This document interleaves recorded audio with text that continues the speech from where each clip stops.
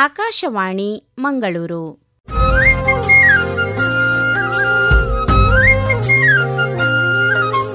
ಕಿಸಾನ್ ವಾಣಿ, ಕಿಸಾನ್ ವಾಣಿ, ಜೈ ಕಿಸಾನ್, ಜೈ ಕಿಸಾನ್, ಜೈ ಕಿಸಾನ್, ಕಿಸಾನ್ ವಾಣಿ.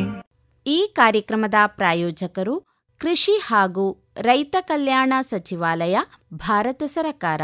ಪ್ರಧಾನಮಂತ್ರಿ ಕಿಸಾನ್ ಮಾನ್ಧನ್ ಯೋಜನೆ ಸಿಗುವುದು ಪೆನ್ಷನ್ನ ಆಸರೆಯು, ಆಗದು ನಿರಾಸರೆ ಇನ್ನು, ಸಿಗುವುದು ಸಂತಸದ ಕ್ಷಣವು, ಕಳೆಯುವುದು ಸುಖದಿಂದ ವೃದ್ಧಾಪ್ಯ ರಕ್ಷಿತ ಆಗುವ ಅನ್ನದಾತ ಸುರಕ್ಷಿತ ಆಗುವ ಅನ್ನದಾತ. ಪ್ರಧಾನಮಂತ್ರಿ ಕಿಸಾನ್ ಮಾನ್ಧನ್ ಯೋಜನೆಯಿಂದ ಲಘು ಮತ್ತು ಸಣ್ಣ ಹಿಡುವಳಿದಾರ ರೈತರ ಭವಿಷ್ಯವಾಗುತ್ತೆ ಸುರಕ್ಷಿತ. 60 ವರ್ಷ ವಯಸ್ಸಾದ ನಂತರ 3,000 ರೂಪಾಯಿಗಳ ಮಾಸಿಕ ಪೆನ್ಷನ್ ಖಚಿತ. 55ರಿಂದ 200 ರೂಪಾಯಿಗಳ ಮಾಸಿಕ ಶುಲ್ಕ ನೀಡಿ 18ರಿಂದ 40 ವರ್ಷ ತನಕ ರೈತರು ಪ್ರವೇಶಿಸಬಹುದು. ಈ ಅಂಶದಾನ ಯೋಜನೆಯಲ್ಲಿ ಸರ್ಕಾರ ನೀಡುತ್ತದೆ ಸಮಪಾಲು ಕೊಡುಗೆ. ಎಲ್ಲ ರೈತ ಬಾಂಧವರು ಈ ಸೇವೆಯ ಪ್ರಯೋಜನಕ್ಕಾಗಿ ಜನಸೇವಾ ಕೇಂದ್ರಕ್ಕೆ ಹೋಗಿ ಉಚಿತವಾಗಿ ತಮ್ಮ ಹೆಸರನ್ನು ನೋಂದಾಯಿಸಿಕೊಳ್ಳಿ. ಪ್ರಧಾನಮಂತ್ರಿ ಕಿಸಾನ್ ಮಾನ್ಧನ್ ಯೋಜನೆ ಅನ್ನದಾತರ ಪರಿಶ್ರಮಕ್ಕಾಗಿ ಈಗ, ಪೆನ್ಷನ್ನಿಂದ ಅವರ ಮನೆ ಸುರಕ್ಷಿತ. ಕೃಷಿ ಮತ್ತು ರೈತ ಕಲ್ಯಾಣ ಖಾತೆ ಭಾರತ ಸರ್ಕಾರದ ವತಿಯಿಂದ ಜನಹಿತಕ್ಕಾಗಿ ಜಾರಿ. ಪ್ರಿಯ ಕೇಳುಗರಿಗೆಲ್ಲ ನಮಸ್ಕಾರ. ಇಂದಿನ ಕಿಸಾನ್ ವಾಣಿ ಕಾರ್ಯಕ್ರಮದಲ್ಲಿ ಕಾಸರಗೋಡು ತಾಲೂಕು ಬೇಳ ಗ್ರಾಮದ ಸುಭಾಷ್ ಅವರ ವೀಳ್ಯದೆಲೆ ಕೃಷಿ ಅನುಭವದ ಕುರಿತು ಸಂದರ್ಶನ ಕೇಳುವಿರಿ. ಸಂದರ್ಶಕರು ಗಾಯತ್ರಿ ಎಂ. ನಮ್ಮ ಕರಾವಳಿ ಪ್ರದೇಶಕ್ಕೆ ಅತ್ಯಂತ ಸೂಕ್ತವಾದ ಪರ್ಯಾಯ ಕೃಷಿಗಳ ಪೈಕಿ ವೀಳ್ಯದೆಲೆ ಕೃಷಿಯೂ ಕೂಡ ಒಂದು. ವೀಳ್ಯದೆಲೆ ಕೃಷಿಯಿಂದ ಉತ್ತಮ ಆದಾಯ ಗಳಿಸುತ್ತಿರುವ ಬೇಳದ ಸುಭಾಷ್ ಅವರು ನಮ್ಮ ಜೊತೆಗಿದ್ದಾರೆ. ಅವರ ವೀಳ್ಯದೆಲೆ ಕೃಷಿ ಅನುಭವಗಳನ್ನು ನಾವೀಗ ಕೇಳಿ ತಿಳ್ಕೊಳ್ಳೋಣ. ನಮಸ್ಕಾರ ಸರ್. ನಮಸ್ಕಾರ. ವೀಳ್ಯದೆಲೆ ಕೃಷಿ ಆಯ್ಕೆ ಮಾಡಲಿಕ್ಕೆ ನಿಮಗೆ ಪ್ರೇರಣೆ ಹೇಗಾಯಿತು? ಪ್ರೇರಣೆ ಅಂದರೆ ವೀಳ್ಯದೆಲೆಯಲ್ಲಿ ಡೈಲಿ ಆದಾಯ ಬರ್ತದೆ ಮತ್ತು ಒಳ್ಳೆ ಲಾಭದಾಯಕ ಕೃಷಿ ಅದು. ಬೇರೆಯವರು ಹೇಳಿದರು ಹೀಗೆ ಅದರಲ್ಲಿ ಒಳ್ಳೆ ಲಾಭ ಉಂಟಂದೇಳಿ, ಹಾಗೆ ಅವರೆಲ್ಲ ತಂದು ಕೊಟ್ಟು ಹೀಗೆ ನೆಟ್ಟು ನೋಡಿದ್ದು. ಹೌದು. ಎಷ್ಟು ವರ್ಷಗಳಿಂದ ಕೃಷಿ ಮಾಡ್ತಾ ಇದ್ದೀರಿ? ಎಷ್ಟು ಜಾಗದಲ್ಲಿ ಮಾಡ್ತಾ ಇದ್ದೀರಿ? ವೀಳ್ಯದೆಲೆ ಒಂದು 5 ಸೆಂಟ್ಸ್ ಸ್ಥಳದಲ್ಲಿ ಆಗ್ಬೋದು. ಒಂದು 4 ಲೈನ್ ನೆಟ್ಟು ಮಾಡೋದು. ಎಷ್ಟು ವರ್ಷದಿಂದ? 6 ವರ್ಷ ಕಳೀತು. ಈಗ ಸಾಮಾನ್ಯವಾಗಿ ವೀಳ್ಯದೆಲೆಯಲ್ಲಿ ಯಾವ ಯಾವ ತಳಿಗಳಿವೆ? ನೀವು ಯಾವುದನ್ನು ಬೆಳೀತಾ ಇದ್ದೀರಿ? ನಾವು ಊರ ತಳಿಯೇ ನಮ್ಮದು, ಇಲ್ಲಿ ಊರಿನ ಲೋಕಲ್ ತಳಿ ಇದು ಮಾಡೋದು ನೆಡುವುದು. ವೀಳ್ಯದೆಲೆ ಸುಮಾರು ತಳಿ ಉಂಟು, 4-5 ತಳಿ ಉಂಟು. ನೀವು ಊರಿನ ತಳಿ? ಊರಿನ ತಳಿ.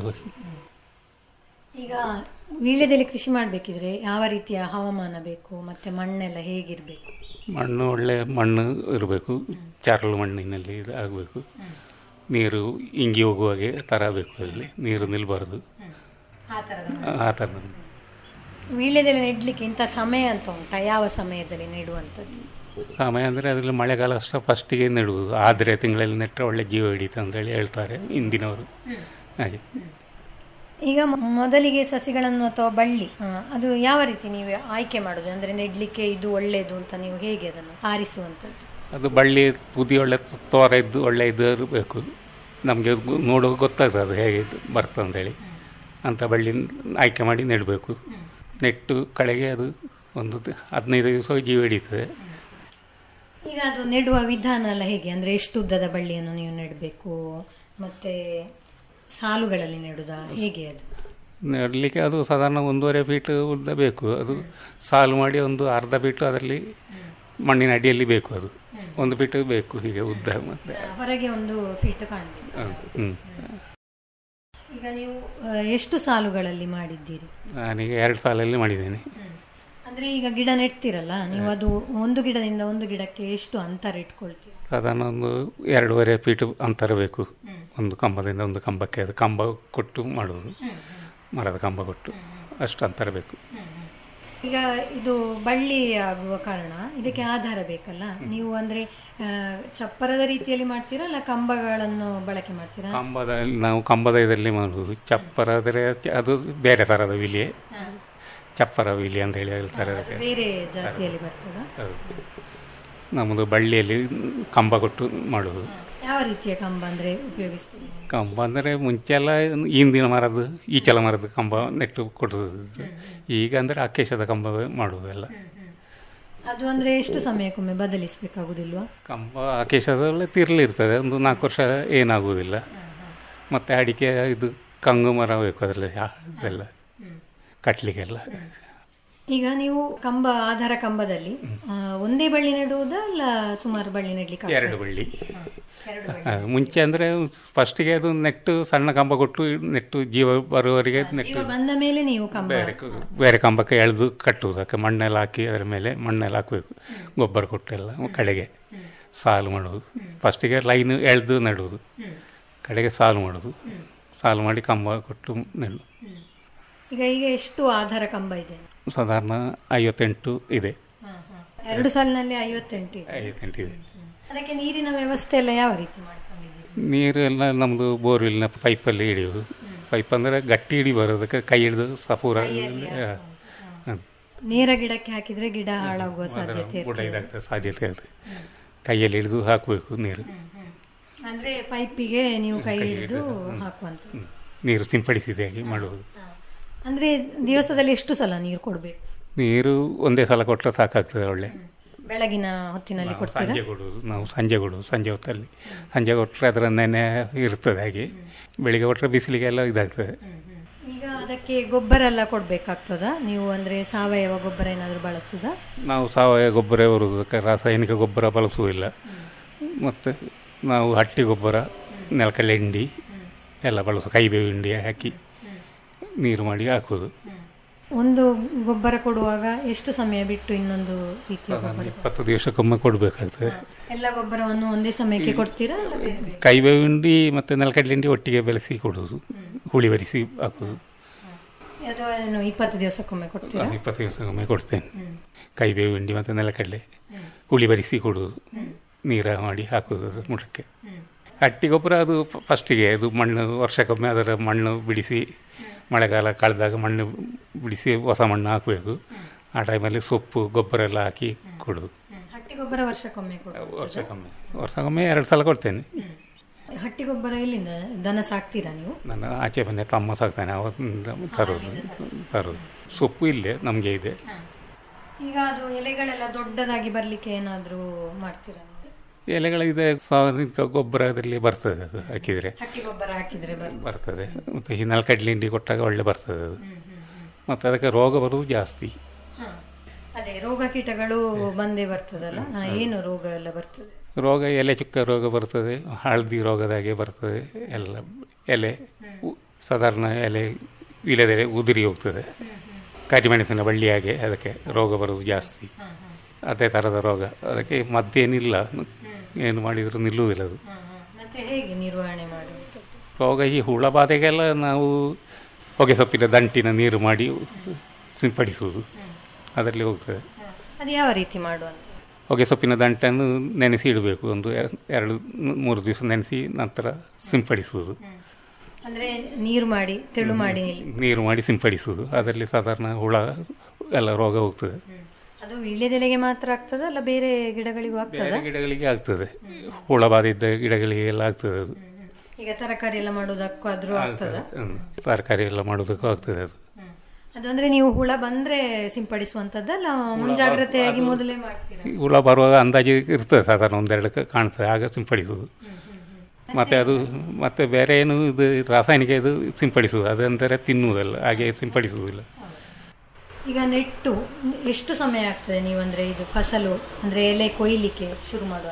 ಸಾಧಾರಣ ಅದು ಜೂನ್ ತಿಂಗಳ ಫಸ್ಟಿಗೆ ನೆಟ್ಟರೆ ಸಾಧಾರಣ ಫೆಬ್ರವರಿ ಮಾರ್ಚಿಗೆ ಆಗುವ ಬರ್ತದೆ. ಕಂಬ ನೆಟ್ಟು ಫಸಲಿಗೆ ಬರ್ತದೆ. ಬಂದ ಮೇಲೆ ಅದು ಒಳ್ಳೆಯ ಆದಾಯ ಕೃಷಿ. ಅದು ಯಾವಾಗಲೂ ಅದಕ್ಕೆ ಇದು ಇರ್ತದೆ, ಡಿಮಾಂಡ್ ಇರ್ತದೆ ವೀಳ್ಯದೆಲೆಗೆ.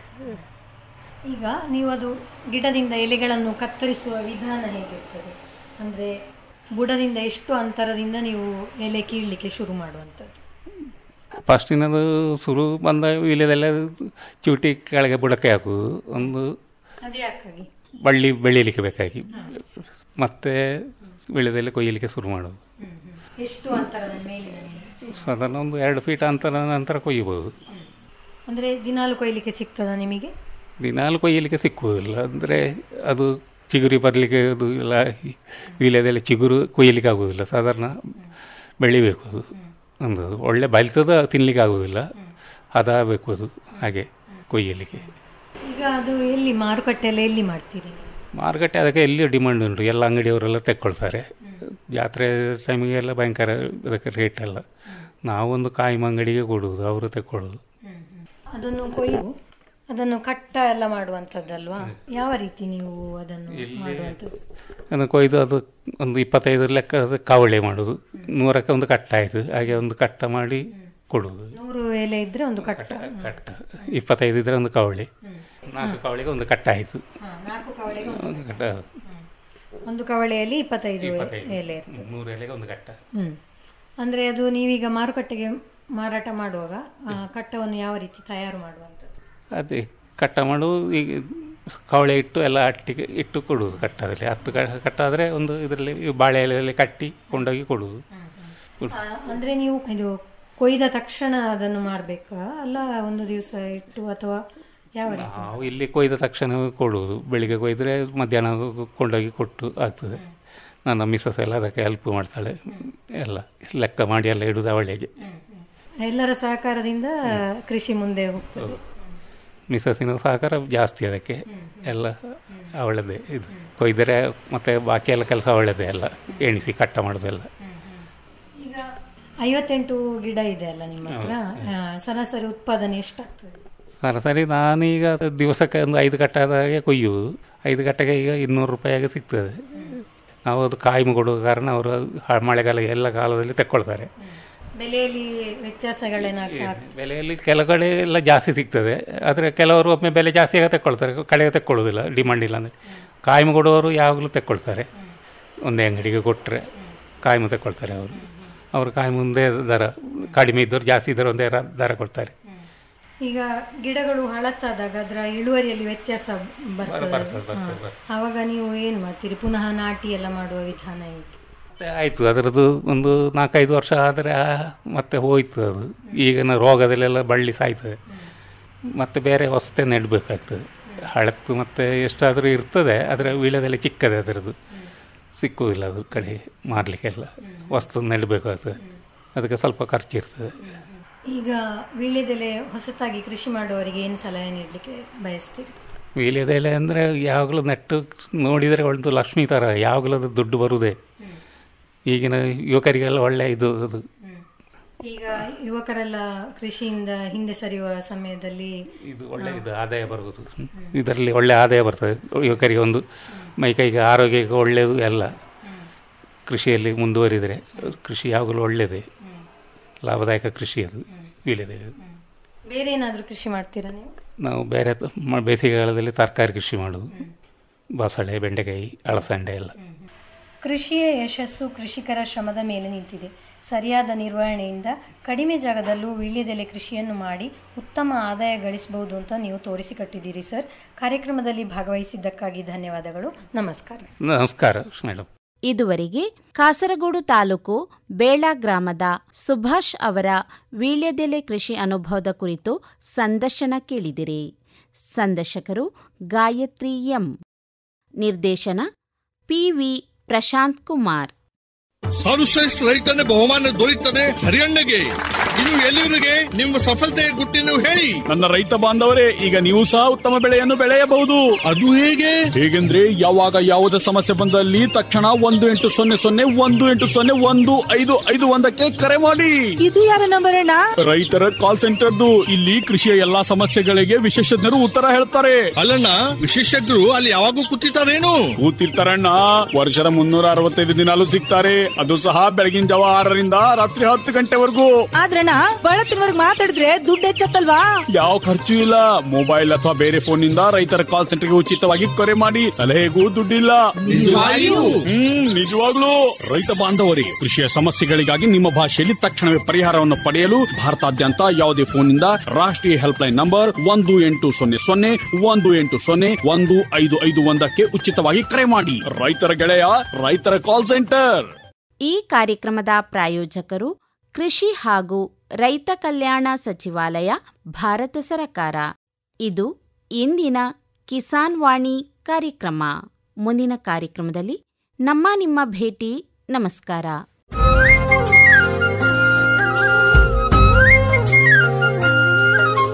ಕಿಸಾನ್ ವಾಣಿ ಕಿಸಾನ್ ವಾಣಿ ಜೈ ಕಿಸಾನ್ ಜೈ ಕಿಸಾನ್ ಜೈ ಕಿಸಾನ್ ಕಿಸಾನ್ ವಾಣಿ.